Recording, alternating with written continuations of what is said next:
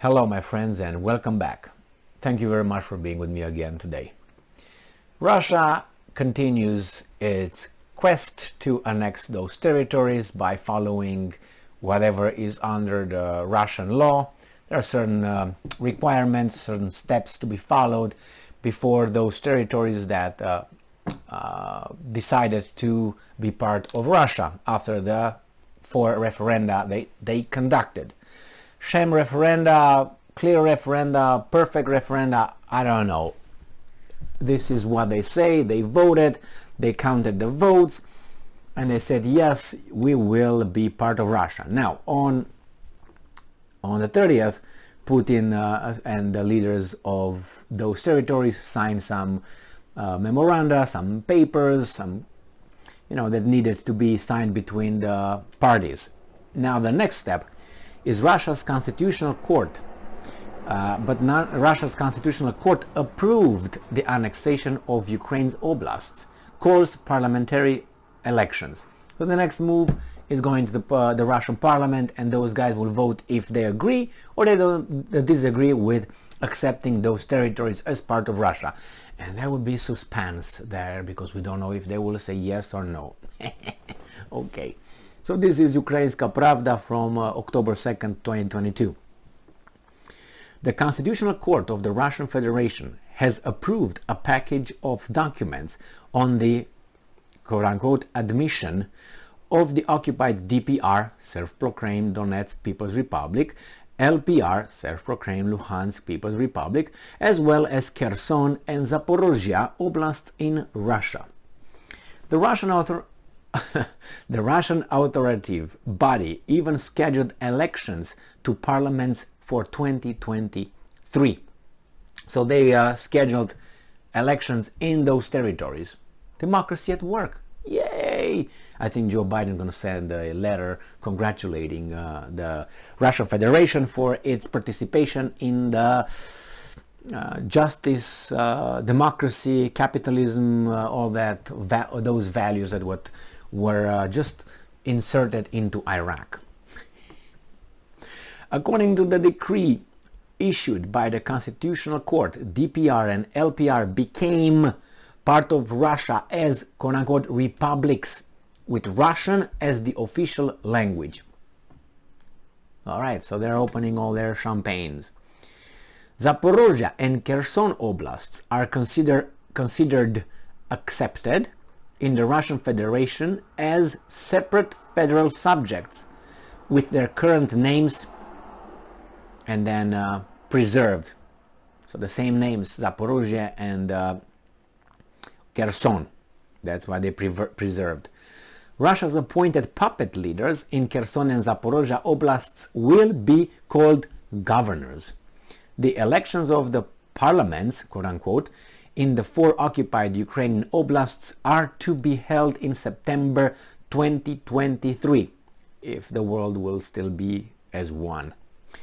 Alright, so that's what's going on here. The Russians are moving to complete their tasks. I know there are about 4 steps the Russians have to take regarding these territories to really be legally by the Russian law, and they say that's also international law because it was the will of the people through self-determination, and it's in the United Nations Charter 1, and that's the right of people of self-determination. That means they can choose, and they say we want to do this, we want to do this, and that is very much admired by the values of the United States of America and the leaders here, obviously, but it's preferential, as you can see. Kosovo, yes. Crimea, no. Kosovo, yes. Zaporozhye, no. Kosovo, yes, and all these things, no. But that tells you how just the system is that the United States would like to preserve. Well, I can see flaws like in anything else, but I don't like hypocrisy. I mean, flaws, once you figured it out, you change it into, adjust it and make it not being a flaw anymore. In this case, no. They tell us that those flaws actually are not flaws, are perfect, are okay.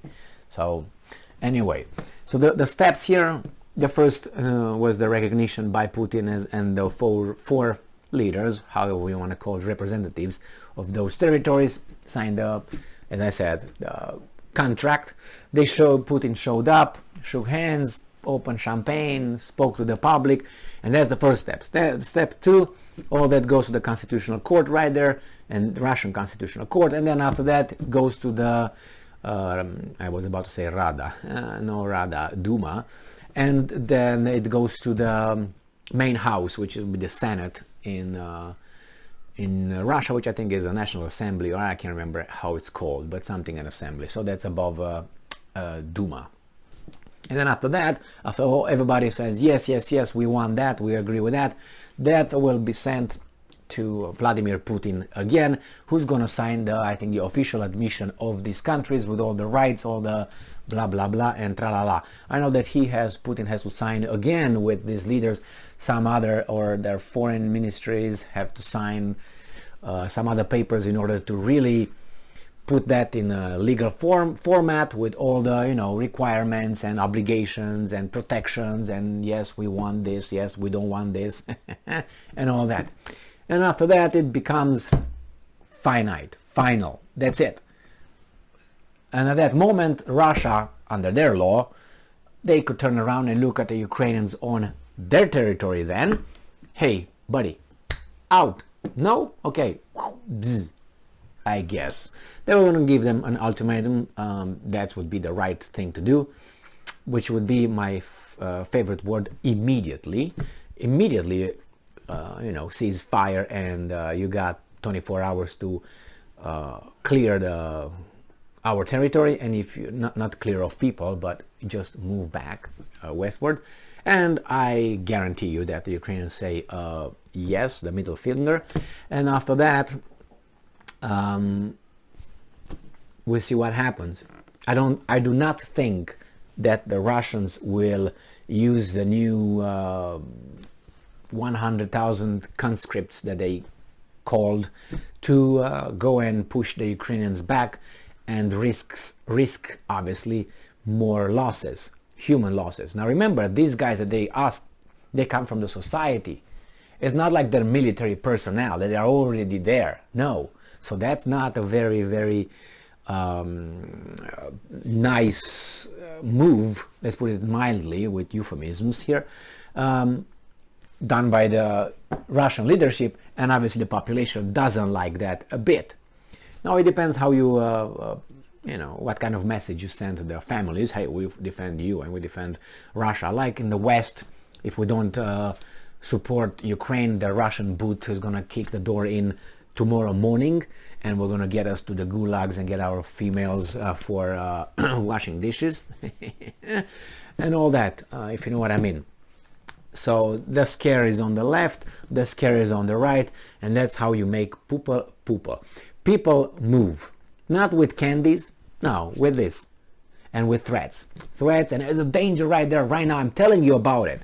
Well, and you don't see it, but you believe these guys. How dumb you should be to believe what those guys are telling you. Well, unfortunately, a lot of us are like that in our beautiful societies, but they're necessary, because as a guy said that in one of his speeches, I guess, he said how lucky the leaders, the politicians are, because the masses are dumb.